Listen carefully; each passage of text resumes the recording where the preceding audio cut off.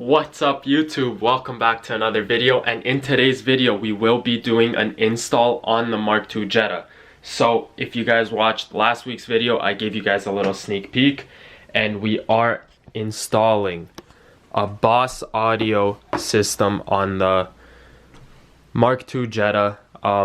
You guys actually picked this out. I did a poll on my Instagram and you guys chose the floating screen system from Boss Audio. This is the BE7 ACP SD, and I did get the Boss Audio Elite camera with the license plate mount. So we are going to be tackling this today, attempting to.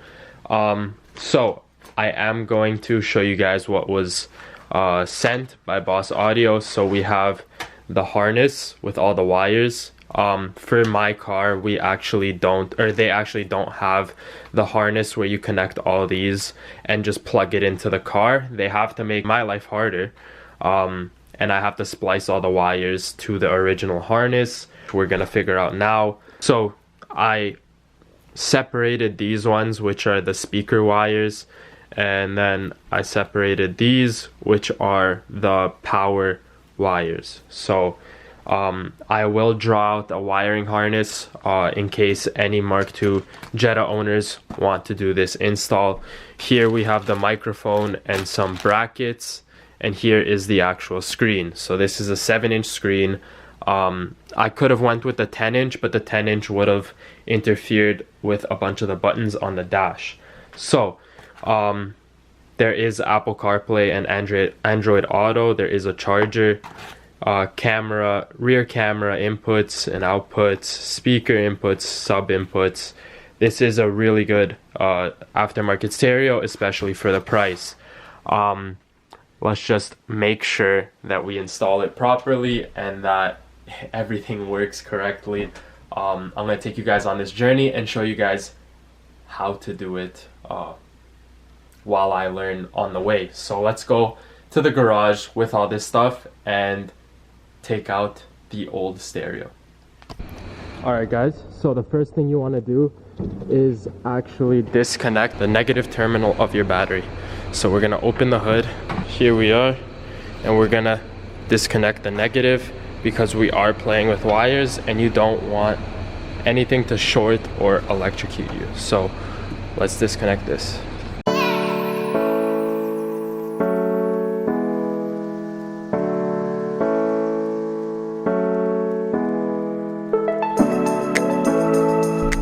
Alright guys, so what we're gonna do is attempt to take out this original stereo, the Alpine.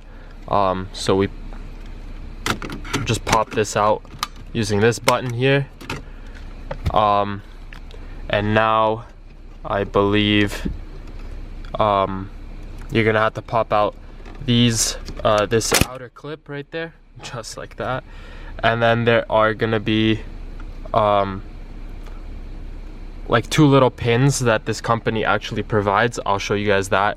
All you guys want to do is slide it in and then pull out the stereo. Alright guys, so there wasn't those little pins, so this is the tool I was talking about that you slide in and it like lifts up a clip. It's actually these 2 little locking mechanisms. So you want to lift those up, lift both of them up, and then just pull out.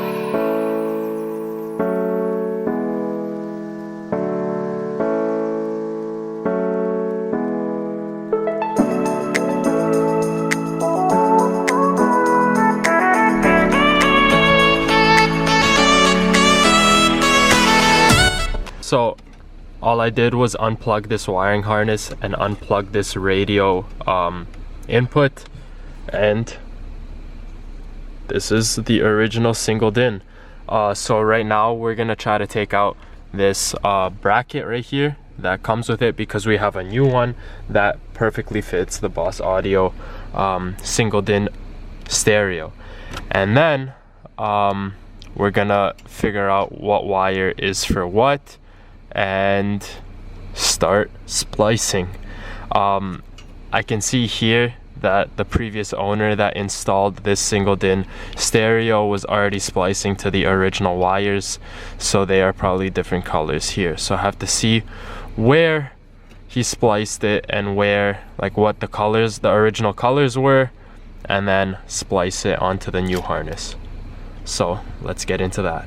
Okay guys, so I just disconnected the two reds because the wiring diagram says that this red is the 12 volt constant, the positive. So we are gonna strip it a little more and then splice it to the 12 volt constant that is on the harness, which should be so that's the ground constant 12 volts. So it's gonna be this yellow one right here. So that's what we're gonna do right now. So they already stripped it for me, and now we're just gonna splice it to this 12 volt constant and then just continue doing that with the original speaker and power wires, and just figuring out what wires for what and slowly splicing them together. Okay guys, so I just figured out which one is the ground. I figured out which one was the ground, which is this brown one. I got a little confused because there's multiple brown wires for the speakers.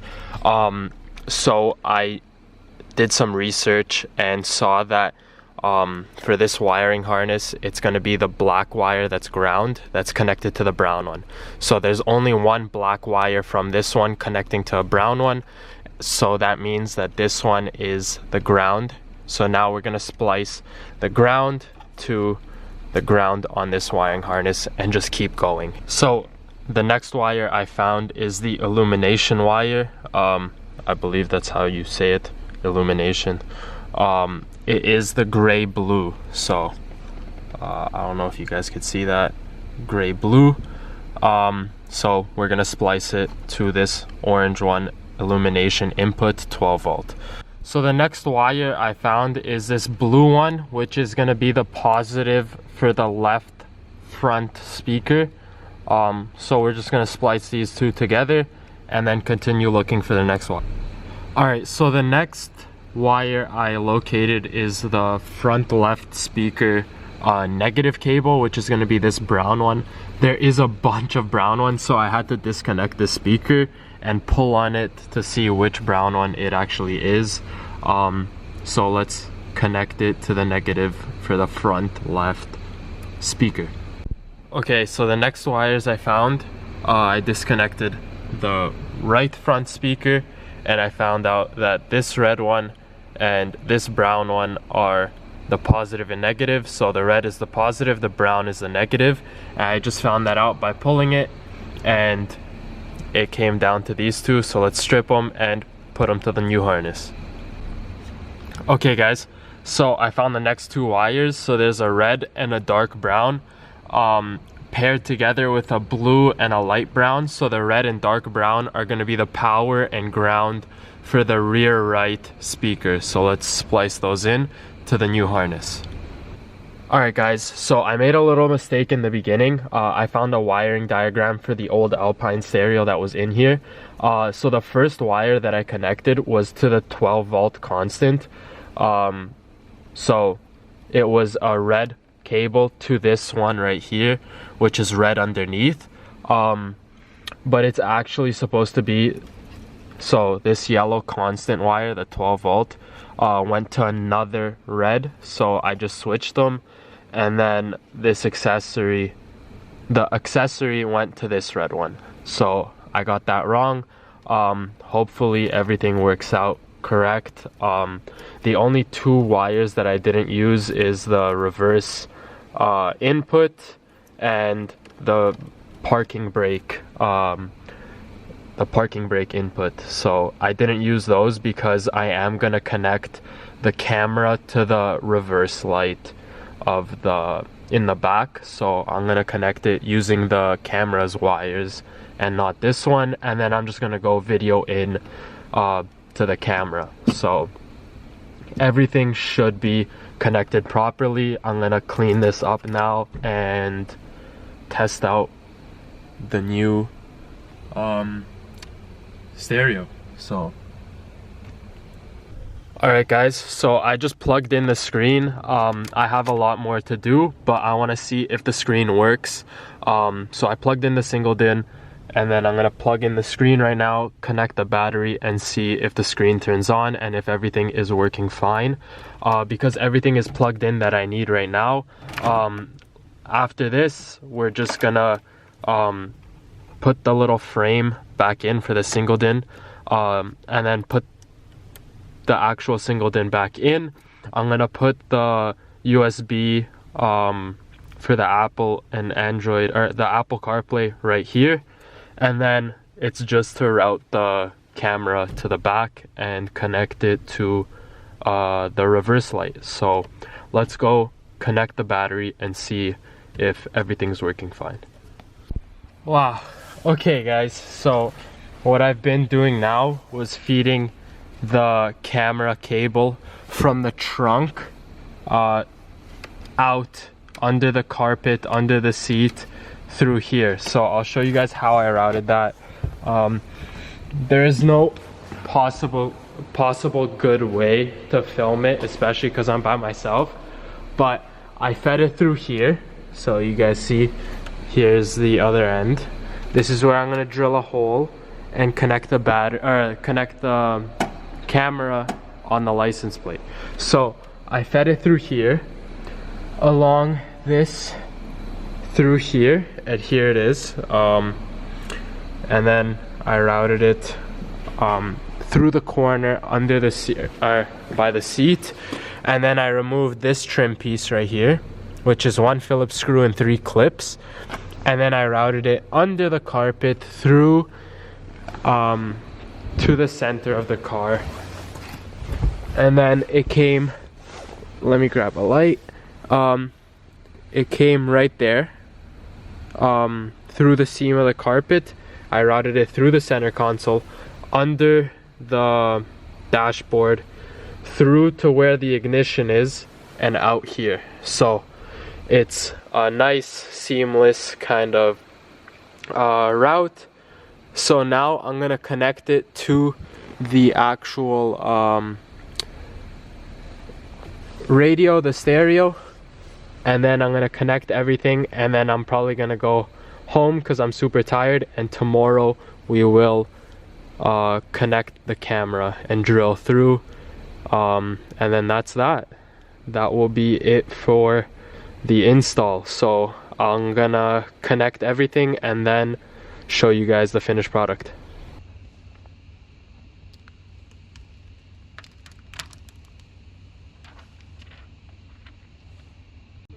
So as you guys can see, it is not 12 a.m. But as you guys can see, everything works. Here's the volume. I'm gonna play a quick little bit because I don't want to get copyrighted.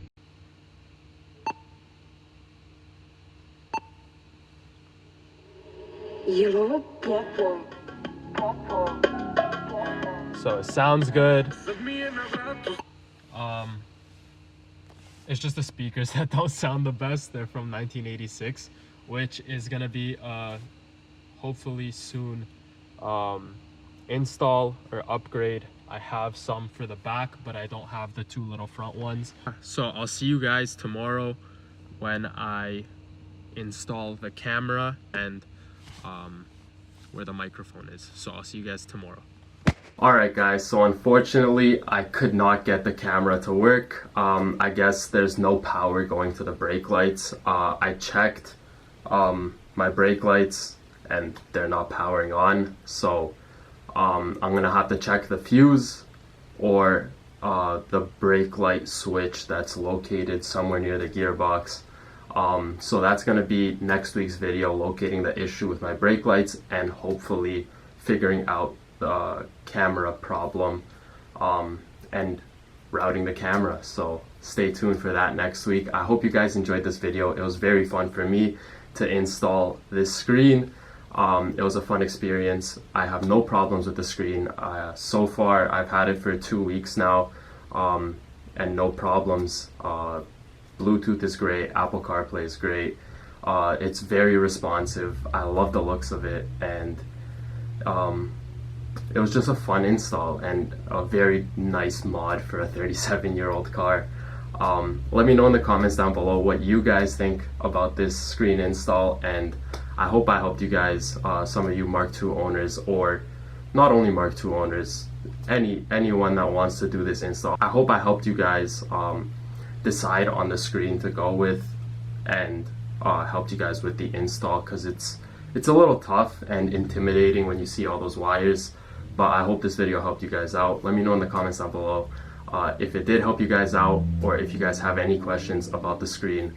I'll be replying to comments. But thank you guys so much for watching. I'll see you guys next week with the camera install.